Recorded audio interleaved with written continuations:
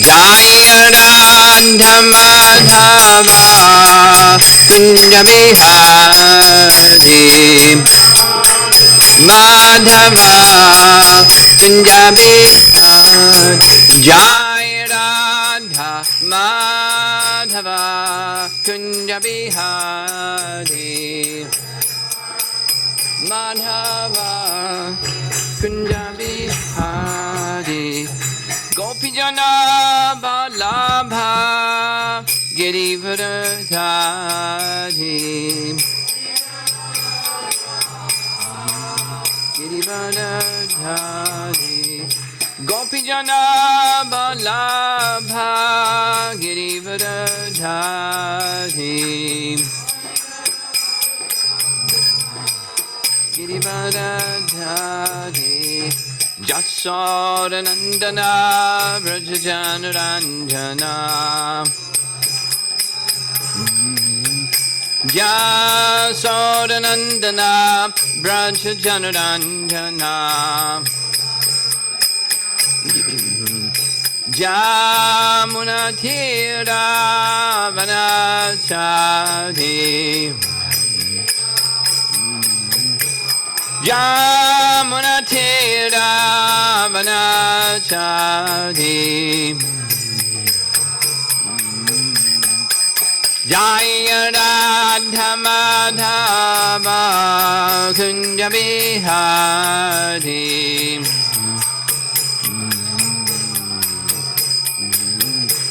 Jaya Radha Madhava Kunja Bihari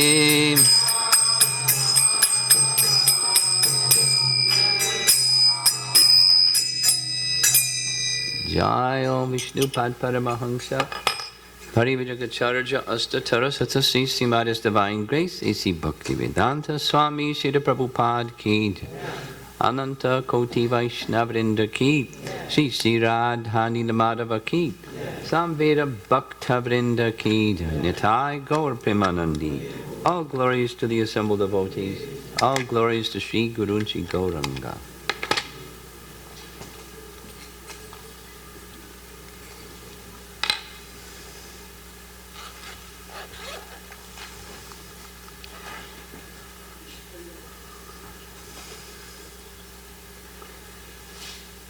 Continuing with Sri Brahma Samhita,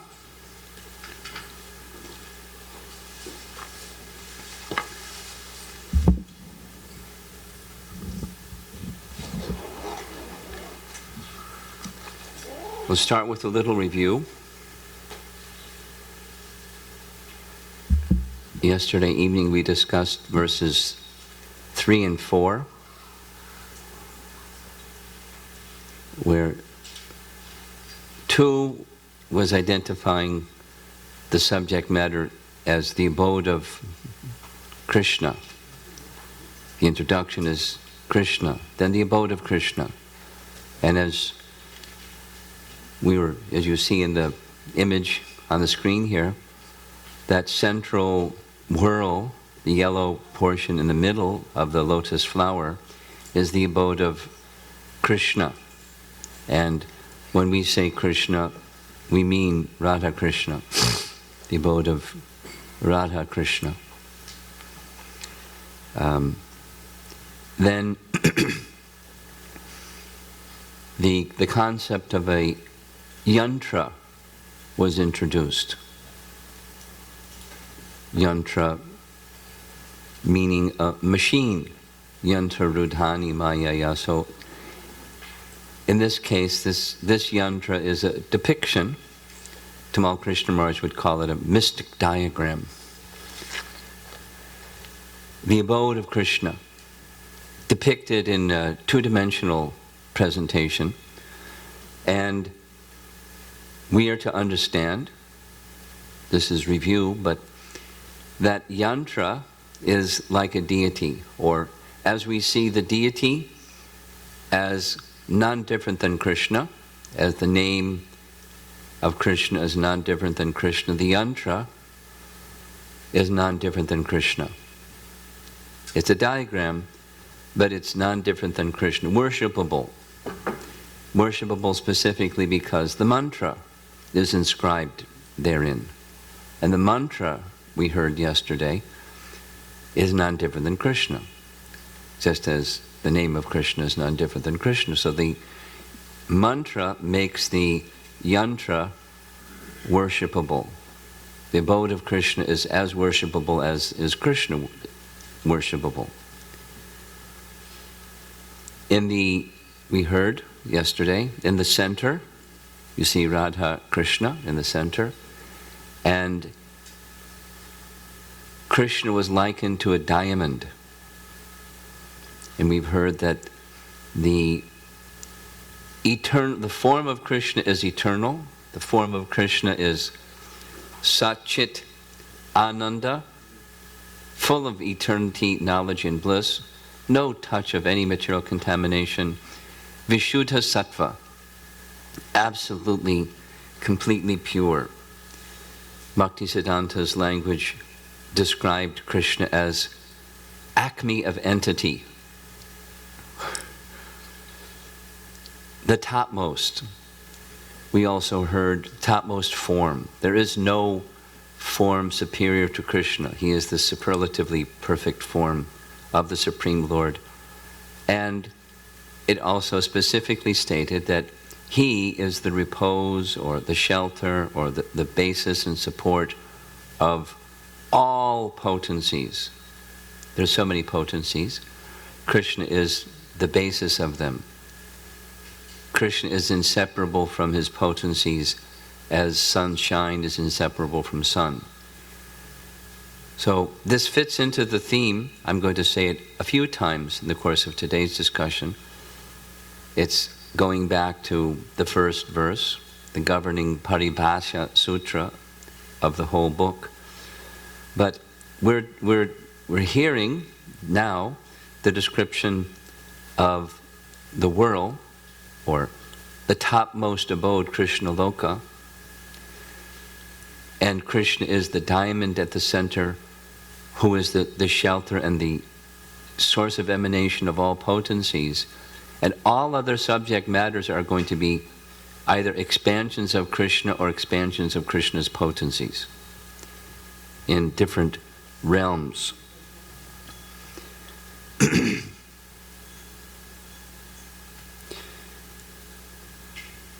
He's the cause of all causes.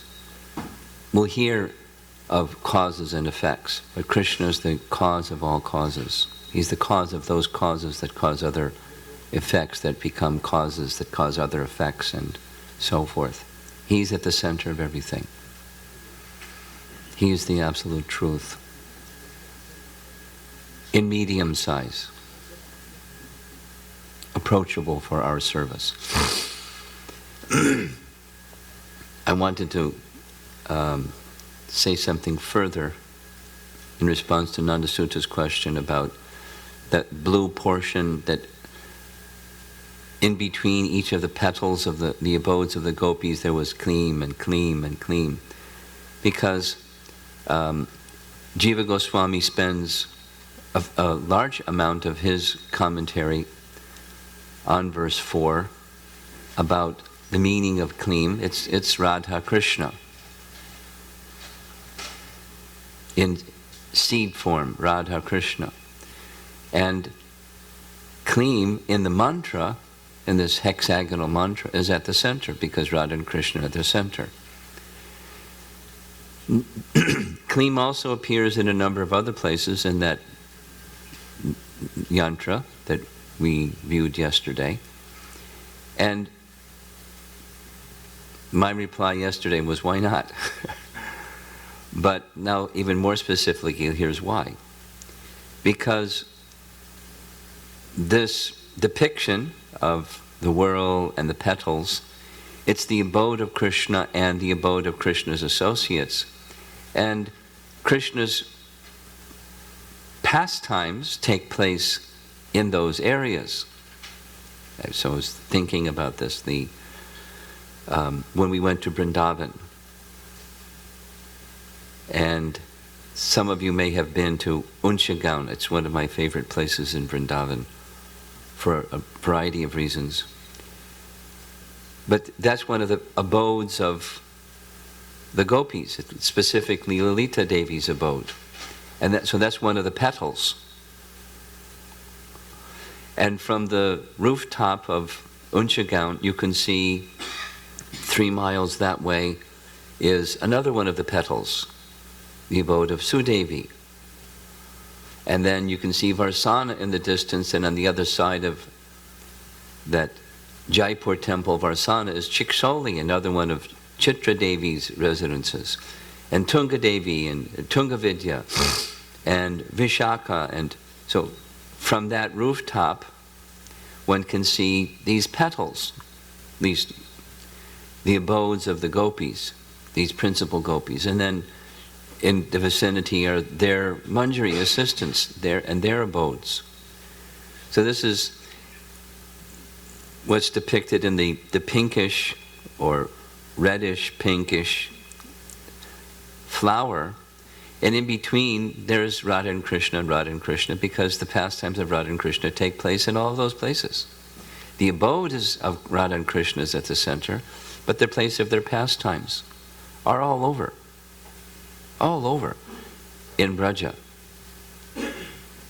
Just like from the rooftop of Unchagaon, the abode of Lalita Devi, there's a hill called Saki Giri Parvat, where Radha and Krishna would regularly perform pastimes. So there's one of the claims. And it's even specifically Krishna. There's depressions in the hilltop, shaped like bowls, directly in rows, that is described where the cowherd boys would have their lunch, eating out of those bowls. That's a depression in the giri, or the hill, at Saki Giri Parvat, etc., etc., etc. The pastimes of Radha and Krishna take place all over. And that's what's being described in these verses, is the place of Krishna's residence, the place of the residence of the associates of Krishna, and the places of Radha and Krishna's intimate pastimes in Braja. So Radha Krishna, they're everywhere. And one other reference, I read it yesterday, so I'm not going to read it again today, but in Adi Leela, chapter 5, actually I will read it again, it's very nice. Krishnadas Kaviraj Goswami says, this is verses 17 and 18 of Adi 5. Sri Gokula, the highest of all, is also called Braja, Goloka, Svetadweep, and Vrindavan. Like the transcendental body of Lord Krishna, Gokula is all-pervading, infinite, and supreme. It expands both above and below without any restriction. So there's the why not answer, without any restriction. Radha and Krishna are throughout the whole of Braja, although their principal place of residence may be, as indicated, at the center of the corolla. The love of Radha and Krishna pervades all of, and their pastimes pervade all of Braja. And so now let's review. We're ready for the next verse. So we can chant this next verse together. This is a long one. Oops. So we can chant together. Chatur ashram tad parita shweta dvik apyam adbhutam chatur ashram chatur murtesh chatur dhamma chatushkritam chatur bi purushartaischa chatur bir hetu bir ritam shulayar dashabir anandham urdhvo dig vidikshri api ashtibir nirabir jushtam ashtibi siddhibis tata manu rupaischa darshabhir dikpalai paritavritam shamayar goraischa raktaischa shuklaischa paridharshabhai shobitam shaktibis tabir adbhutabhi samantata. So it's a long verse, so it's going to be a long description of a long verse. Here's the translation, I'll read. The surrounding external plane of Gokula is described in this verse. This is that white area surrounding the lotus that is part of Gokula or Goloka. There is a mysterious quadrangular place named Shvetadvip surrounding the outskirts of Gokula. Shvetadvip is divided into 4 parts on all sides, as you see in the diagram, upper, lower, left, and right. Those 4 areas, the abodes of the Chaturvyuha, are depicted. The abode of Vasudeva, Sankarshan, Pradyumna, and Aniruddha are separately located in each of these 4 parts. These 4 divided abodes are enveloped by the 4-fold human requirements, such as piety, wealth, passion, and liberation, dharma, artha, kama, moksha. And also by the 4 Vedas, namely Rig, Sama, Yajur, and Atharva, which deal with the mantra and which are the bases of achievements of the 4-fold mundane requirements. I thought it was Vishuddha Sattva. What are the 4-fold human requirements doing there? Let's carry on. 10 tridents are fixed in the 10 directions, including the zenith and nadir, that's up and down. The 8 directions are decorated with the 8 jewels of Maha, Padma, Padma, Shankha, Makra, Kachapa, Mukunda, Kunda, and Nila. There are 10 protectors, or dikpals, of the 10 directions in the form of mantra. The associates of the hues of blue, yellow, red, and white, and the extraordinary potencies bearing the names Vimala, etc., shine on all sides. So, as stated, it's mysterious. And we'll see if we can unpack the mystery a little bit. There's the translation. So we'll go through these one by one, and it will start with the abodes of the Chaturvyuha.